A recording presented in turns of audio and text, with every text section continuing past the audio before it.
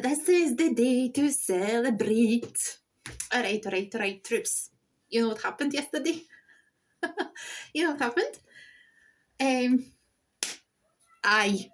My fellow Celtic fans, you must be pure buzzing and happy that Celtic won the title again. 4th in a row and 55th in club's great history. So, hope you celebrated. My fellow Celtic fans, hope you celebrated the Celtic's title yesterday. And you're not too pissed or mad with it. Right. So here I am with you. You're a Glasgow genuine i traffic on it. Alright. As usual, pure crazy me. And then with my hoops. So, what you thinking? Alright.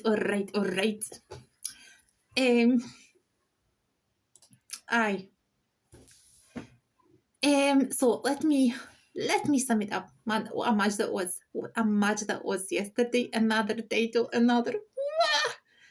Oh, I was buzzing. I was pure happy. I was just, emotions were building up for the very beginning of the match, so of the game. So I was, anyway, that was pure the brilliant, man, to watch. The boys showed pure the brilliant performance. Everything was just great, you know. But the most important is Celtic is the champion. Got a champion title. Won again. 4th in a row. And 55th in club's history. Isn't that pure brilliant? Isn't that fantastic, man? Aye, is. So you're Glasgow genuine and Celtic Dapper. It's pure happy now. Alright. Let me sum it up that match. So, because, my fellow Celtic fan, as I mentioned, Celtic are the champions again. Champions of Scotland again. So, Celtic secured a 4th title in a row and a 55th in history of the club. Brendan Rodgers said one. By the way, that's my match report. So, as you still if you haven't read my articles yet, so I'm writing at Celtic bloggy. So I'm just inviting you, encouraging you to do so. So my match report. So Celtic. So Brendan Rodgers said won another championship, as you know. So at Tannadice Park, Hammer and Dundee United 5-0 won. That was, and for the very start of the match, that was, you know, I have to tell you that, I pure joy to watching that Celtic game. So because of me, because for me as a Celtic fan, you know, it means so much. It means so much when we win matches, whatever there's at stake, and in them. So the match started with a minute of silence for to commemorate the death of Pope Francis, who passed away this Monday. So last Monday, sorry. I have to admit that was very emotional, and I have to admit that I'm so proud, my beloved Celtic FC, that a fellow Celtic fans that share the same precious values, faith, roots as mine. So I'll never being part of this brilliant. I'll never regret being part of this brilliant green and white family. So let's move on to the point. So first half started not the best for Celtic, but a bit solely, you know. But as I said at the very beginning, so that was the game. But boys, I just said at the very beginning, you know, boys, you need to push harder and not just pass the ball, create chances to score goals now. But I tell you what, that has actually helped. So in the 5th minute, Celtic just hadn't scored yet, and then the United almost snatched a goal. So that was defended tremendous fashion by Sinisalo. Aye, he defended that goal with pure brilliance, man. Aye, a fantastic finish, goalkeeper. As Michael is still recovering from injury, so Sinisalo saved the points again later in the half.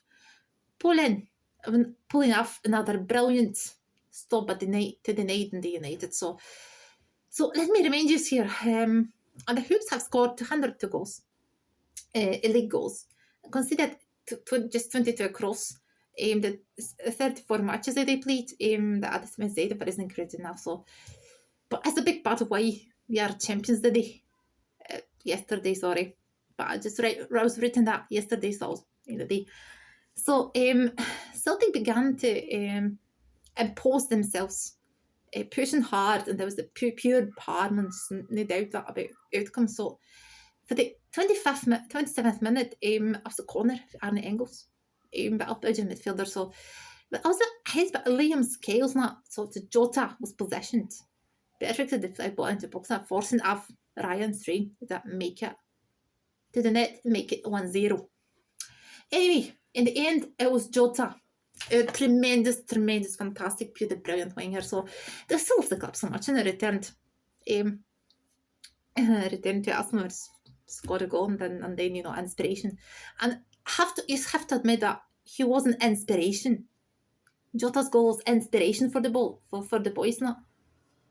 Yesterday, so after that, they started scoring for fun. So as I said, Celtic 5 minutes later on, Jota had to leave the pitch with any injury after tackle for Alan Campbell. So Adam Ida come on the substitute, brilliant one as well. The big man was have a tremendous impact man on the afternoon. So in the 38th minute of the game, Nicholas Kuhn, Celtic's dazzling German winger, made it 2-0 for the boys, and it was brilliant to watch, man.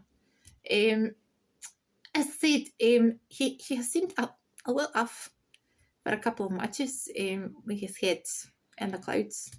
He looked like he lost interest, but yesterday he proved he hadn't.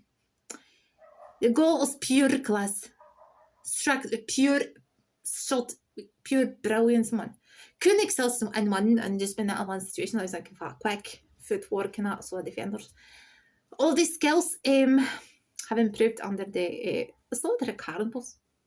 So his finish also significantly improved, making him a more clinical threat. So especially cutting inside for the right areas. It's quick, they're not pacemaking that nightmare. So but for defenders to deal with it, and yesterday we saw him bring the whole box of tricks out. And that was glorious, man. Not only after his first goal, Kuhn made it 3-0 for Celtic. So, man, I was buzzing with this. I was shouting. I was fucking shouting, I was sick emotions were pent up. I was shouting, My neighbours were thinking, she's a pervert. She's a dafty. Anyway, so a second match. So let me quote my own words here. Nicholas, you're back. You proved it.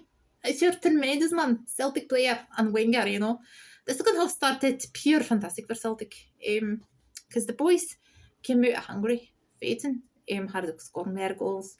You could just feel the fire in the couple of minutes. Now Adam Ida, a brilliant Irish striker, made it 4-0 in the 48th minute. Adam Ida showcased his strong aerial abilities, creating opportunities, not showing real precision. So, but in his shooting yesterday, so that was his ability to hold the ball and then bring the others been valuable. It has been judged harshly by many, even Celtic fans. But maybe I like that. Just prove again that he's a tremendous player. So, as James pointed out recently, he's now got more than 25 goals for a club in the 60 months. If Norwich had able to get him out, it never has sold him. And certainly not for a sum or low £9 million. He's looking to part now. The Hoops extended their lead to 5-0. Callum McGregor, I think I'm a beautiful Riga Hatati before driving that down the United Hall. The Celtic skipper sent a pass man for the Adam Ida. How can we finish that? After he scored on the match, he scored goal of the match. So, hero touches with the Nicholas Kuhn. So, heroes of the match, Nicholas Kuhn, Adam Ida. Alright. And that's Celtic are champions again, man. Again. So, and have proven that they are the finest and most successful team, not just in Glasgow, but in all of Scotland. As mentioned, Celtic have scored 55th title Eclipse proud history, but I think that high time to take your pulse out to celebrate properly. But it's not just the end of celebrations, because Celtic is on the clear road for the Treble in May. So, to be more precise, on the 24th of May. It's a Treble party. So, I hope I see you there. So, my fellow Celtic fans, maybe meet your Glasgow genuine as Celtic dirty. Celtic fans, you're half right to be delighted, man. Our Glasgow Lions are now on the clear road, as I mentioned, towards another historic treble in May. So fingers crossed for you boys. So let me just mention some fixtures for you. Next is on 4th of May with Zombies. 10th of May with Hibernian.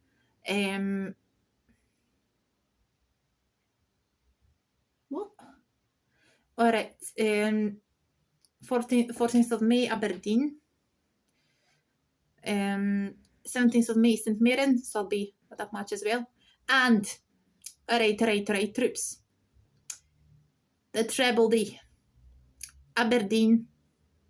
It's Celtic and Aberdeen, Hampden Park. Man, that'll be pure historical moment when Celtic wins that.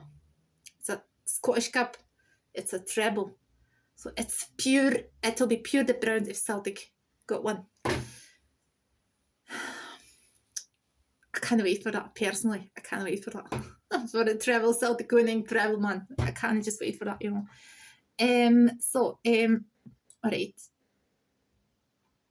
Alright. Alright. So now, and I have to add here that I'll be a part of this celebration myself. Celtic, so I mean I'll be at the Celtic Treble party, so because I'm joining my fellow Hoops fans in Glasgow in May. As I mentioned, I'll be in Glasgow on 17th of May, very early morning. Your Glasgow genuine will be there, So to mark this as a moment, I just can't wait, man. Fucking can't wait. I'm already buzzing. I'm gagging for it. Alright, let's move on to, I'm going to talk about your Glasgow genuine, of course. As I have something about Glasgow, I have to say something about Glasgow. So let me tell you about, it's a part 1 of Glasgow main streets of Glasgow, alright? So first of all, first streets of Glasgow, probably that's Buchanan Street, of course, man. Everyone knows Buchanan Street. It's called by Glaswegians, a style mile of Glasgow. So it's 100 shopping stores, 100 shopping stuff to go out for your messages and that. So it's the best one. But if you want to find something cheaper, I suggest you go just off Buchanan Street, just somewhere around Merchants House or Merchant City, all around it, some areas, because Buchanan Street is not that cheap, especially Princess Square. Oh man, I've been there hundreds of times and never buy anything. Let me tell you that. The only thing I used in Princess Square was just Lavi. That's all, Alright, but Buchanan Street, as you know, was just planned around 1777. That was laid out between the 1780s, opened 1804, pedestrianised around 1920s, commercialised as well after. Named after Buchanan Street was named after whom? Andrew Buchanan, Glasgow Lord, Glasgow Tobacco Lord and a merchant. Alright, so naming, as you know, I mentioned that. So it was very early development of Buchanan Street. So the street was laid out, as I mentioned, in 1770s, 1777 to be more precise. And so the construction of the first tenement in the same area, in 1774, because Buchanan Street was a merchant street, because almost every street in Glasgow. So, because in Glasgow we have hundreds of tobacco, sugar trials. So as almost every street is named after the Lord Provost or tobacco lord or merchant. So Glasgow's a great pewtered round merchant city. So Glasgow developed, as I mentioned, hundreds of times in my videos, but your Glasgow genuine, your traffic corner is going to repeat it hundreds of times now.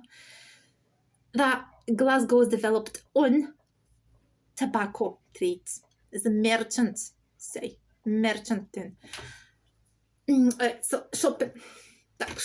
It's a shopping thoroughfare, as I mentioned, style mile.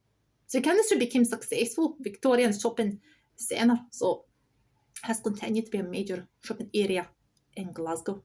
So the street was pedestrianised around 1978 and underwent landscaping in around 2000. Buchanan Street features a mix of Victorian, Edwardian, Renaissance commercial buildings, showcasing Glasgow's shared architectural heritage with sites like all right. Next main street in Glasgow, probably you know, is Argyll Street. Because Argyll Street wasn't called Argyll Street once. No. It was called St. Enoch Gate Road or St. Fenu Gate. Earlier, very early. So it was a way. Of course, in the 1530s was a Westport. Is the merchants, Glasgow merchants, to transport goods, wait them at the Glasgow Cross, and then travelling down the Gallowgate, down Salt Market up to, or Gallowgate, up to the Clyde, and transporting them down the Clyde somewhere else, at other ports. So, but as you say, that Argyll Street was named. Argyll Street was not opened really, it was planned, laid out in 1551, but it was opened in 1561, named after whom? Third Duke of Argyll, Archibald Argyll. So let me just tell you something more about it. So Argyll Street was originally called St. Enoch Gate, as I mentioned, or Western Gate. Led from Tron Gate, as you know, of Westport. The Western Gate of Glasgow City was. Wow, so the street was renamed in honour of Duke of Argyll, as I mentioned. Argyll Street, Haviland's line course of business operated, such as Sydney Court, Morrison's Court, Buchanan Court. So the construction of Glasgow in the ring road around 1970, so that was significantly altered Argyll Street. So in eastern half terminating underneath a Kingston Bridge approach viaduct. Argyll Arcade, the L-shaped Argyll Arcade, built in around 1827, is one of Europe's oldest covered shopping arcades and provides a link between Argyll Street and Buchanan Street.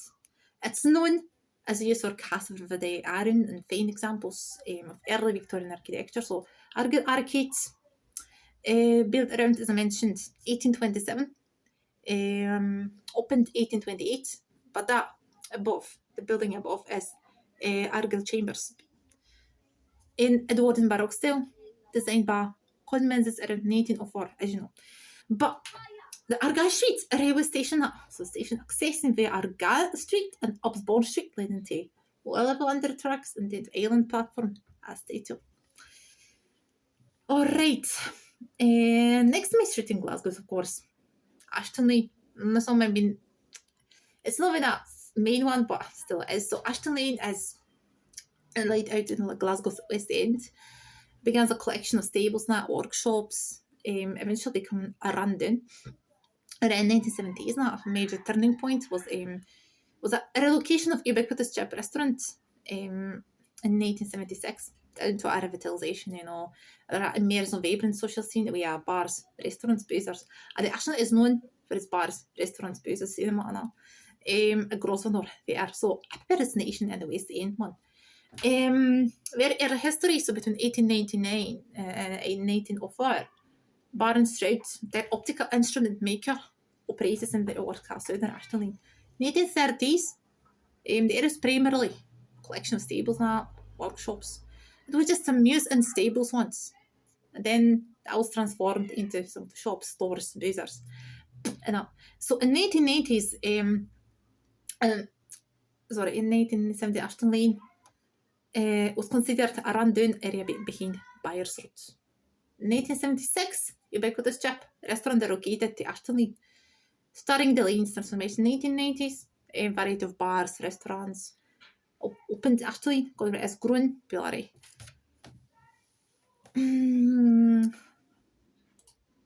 Let's move on to Sauchiehall Street, because Sauchiehall Street is opened in 1807, but let me dates back to 1807 it was opened, but let me tell you that. Sauchiehall Street. It's one of the main shopping streets in Glasgow, so after Buchanan Street, past the city centre of Glasgow. Although it's commonly, but associated with the city centre of Sauchiehall Street. It's around 1.5 miles. So it's the third longest street in Glasgow. So in length, centre at the end of Charing Cross. So that's full, but category A listed one. Creations at terraces, house of Berry Alley to a Park Circus finally. Mid Argyll Street in the West End, with Killinggrove Park. And Killinggrove Museum, where the merge of the Dumbarton Road, and that's the continuing through Partick. Sauchiehall Street and Sauchiehall Road. It was named Sauchiehall Road, former names. As you know, as I have to mention, the earlier names of Sauchiehall Street, before it became Sauchiehall Street, were Sauchiehall Road, then was Sandyford Road, and then was Sauchiehall Road, Sandyford Street. Alright, so name Sauchiehall is corruption of Scots language, with Scots Sauchiehall, Sauchieh abounding in willows, but Ho river meadow. So level grounds beside the river. Ho can be mistaken for a Scots ho, pronounced the same, meaning ho. As a matter of history, for 1880s and 70s, Sauchiehall Street was one of the most famous streets in Glasgow, so it was known internationally due to its panoply entertainment venues, galleries, the high-quality stores. So there were wet merchants for 1800s onwards to own property and outskirts of city meant by Blisswood Hill, and the Gun Hill started to be developed part of Newton and Blisswood. So the first major developer was William Harley of the Bath Street fame, but that was also planned that he developed Blisswood Square now. So in 1810 onwards, as a consequence, the meandering country roads from the cathedral to Partick, but also to the Willows, meandering up through the Willows between these hills, acquired the name of Sauchiehall Road. Aye. The first terraces, also towns were built in 1810. William Harley was widened in the 1840s, around 1840s. It was named Sauchiehall Street, attracted more villas, Tenement Housing in 1860s, shops, even shops and that. So a few original villas remained as 1896. Lastly, in 1860s, according to Ordnance Survey, map of central Glasgow. So over time, the street became a home to a number of notable buildings now. So that's included Glasgow Empire Theatre, which was opened in 1897. The artist 31.5. The theatre played host of the Bob Hope and Frank Sinatra. Royalty Theatre opened around 1879. The early 90s, the street contained theatres, pictures, houses, ballrooms, clubs, hotels, restaurants, art galleries, not just department stores. That's Pettigrew, Stevens, Copland Light, Fairlands, with theatres adjacent streets, and then including King's Theatre and Bath Street. The railroad's Hop Street, Pavilion Theatre, Renfrew Street, and Glasgow Art, School of Art in Renfrew Street as well. Glasgow's first skyscraper deco, the Beresford Hotel, was built further along Sauchiehall Street in 1938 for the Empire Exhibition Scotland. The investment is still ongoing. It started in 2019 to restore the past year's glory of Sauchiehall Street after COVID pandemic outbreak, So I think it'll be pure fucking dead brown just now. Sauchiehall Street. So Off you go. Let me just check something back in a wee while. So, Great Western Road, the longest road in Glasgow, the longest one, man. So that was contracted by the very, very rich man. He was the owner of this time he was the owner of the Partick and Hellhead parts of Glasgow, so west end of Glasgow. So and he just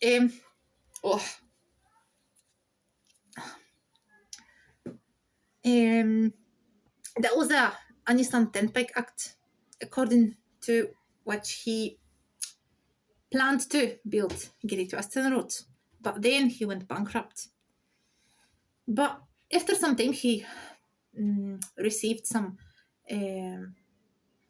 funds to do so, and according to new Aniston Turnpike Act, between 1838 1841, Great Western Road was built. Extended 1838, it has 5 kilometers, the longest road in Glasgow, situated west end, leading you to Botanic Gardens, Byres Road. So you can admire the grandest Glasgow's architecture there. So that'll be great if you go.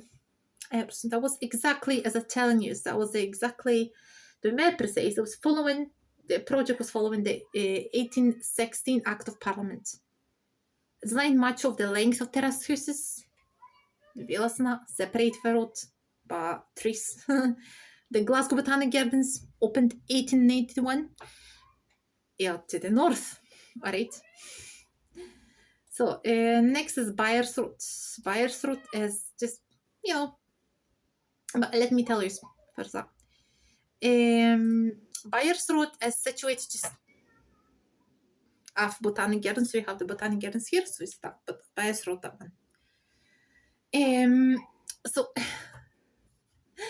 Byres Road is a mix of commercial shopping and the market residential area consisting largely on traditional sandstone tenements with retail premises, and then they have the ground floor, 3 floors, the residential.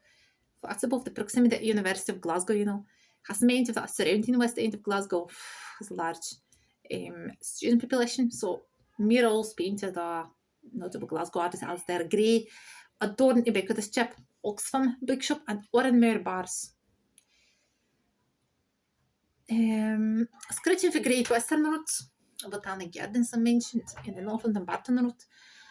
The Partick Cross in the south, and the road originally ran through a relatively rural area called Byres of Partick. Byres means, the Scots language, means cow's shed, also known as Bishop's Byres. The oldest boozer in the area of the 17th century, Corals, originally cited a pond, the Curlin and Egg legend as given a license King Charles II. During the period when Hellhead and Partick were independent bars, Byres Road was known by the original name of Victoria Street. Alright. Let's move on to High Street, because High Street is the main artery in Glasgow, the main and oldest artery in Glasgow. So it was laid out around 6th century. So the time when St. Kentigern came to Glasgow to establish Glasgow at Toonhead at Maidenhead around 1543. So High Street, oldest artery. In 1100, that street was extended, as I mentioned, so that completely changed its way, its shape. In 1600, it was a great fire here at High Street. So, and in 1700, the merchant city moved, the Glasgow city centre moved. So High Street became a bit shortened. But it has some of the great murals on these tenements. These tenements dating back, as you can see, these red sandstone tenements when you go into the High Street, merchant city. So the tenements the red sandstone tenements just date back to was built around 1898, 1901. So pure brown red sandstone tenements with wally closes, typical for Glasgow, so I love them. So charming tenements. And just have the great murals there as well. At one stage of the tenement, you have the Saint Enoch, Karen the toy Saint Kentigern mango. On the other side, it's a Saint Mango. It has 4 miracles. Alright, so medieval Main Street, that was High Street. High Street is the primary north-south, not the medieval city, connecting the cathedral to the river Clyde. Boundaries, the houses of boundaries, the market is boundary between the city centre, Ashton district of Dinston and the Carlton.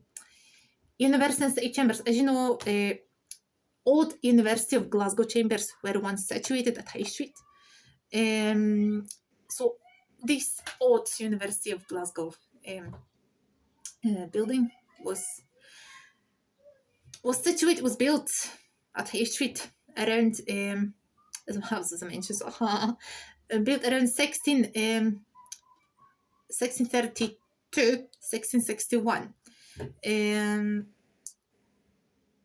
But that has changed when High Street became the area of became very poor with some criminal incidents. So it wasn't the best place for such institution as university. So Glasgow Uni moved at Gilmore Hill. It was built around by George Scott and John Scott between 1870s, 1890s at Gilmore Hill, facing Killingrove Park. Aye, pure the brown one. But as you know, University of Glasgow started its life at Toonhead. Aye. So around 1451, that's the date, was just one house. Then around 1459, moved a bit, a Castle Street. So it was a Ospedology, Archolic House, Principal's House. Right, then moved to High Street and then Gilmore Hill. That was the road of the. That has to be mentioned here. Industrial Revolution, how it changed the Industrial Revolution, how it changed the High Street. So the Industrial Revolution led to Glasgow's administrative and the commercial centres shifting westward. The impact on High Street contributed to its decline and poverty and some conditions. Bill of the Brace was the Bill of the Brace, the big part of High Street. So it was once on the Bill of the Brace, and other buildings have been replaced now since late in the 18th century. So High Street, as you know, contains a significant area where a development with heritage being a key focus, including the installation of historical banners. Alright, so your Glasgow Genuine is going to present your last street for a day. So it's St Vincent Street. As you mentioned, St Vincent Street is pure the brown street, St Vincent Street one. It's one of the major streets in the city centre of Glasgow. It was formed in the early 1800s, part of the residential new town of Blisswood, developed by William Harley of Blisswood Square, St Vincent Street. Was named to commemorate the victory Sir John Jervis on 15 February 1797 of Cape St Vincent, Portugal. So the Royal Navy defeated the Spanish fleet, which was on the way to join Napoleon's French fleet.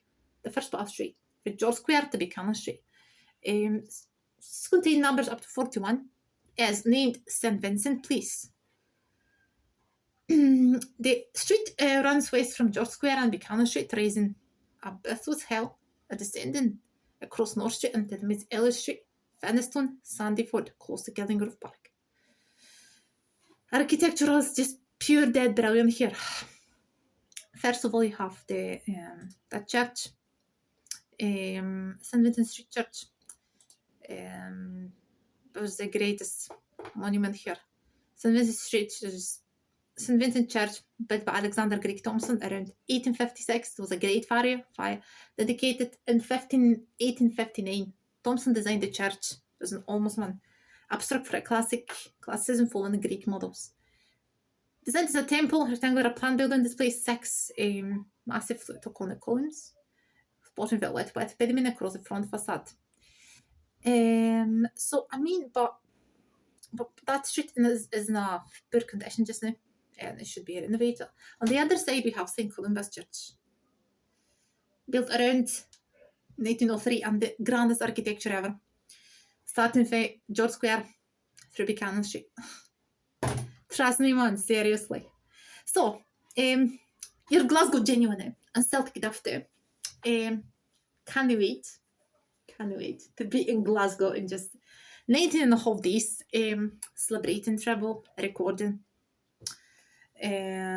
stuff. So,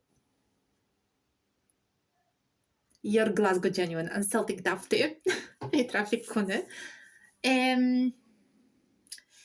Is going to tell you, see you on a Sunday, Peter Brown Day,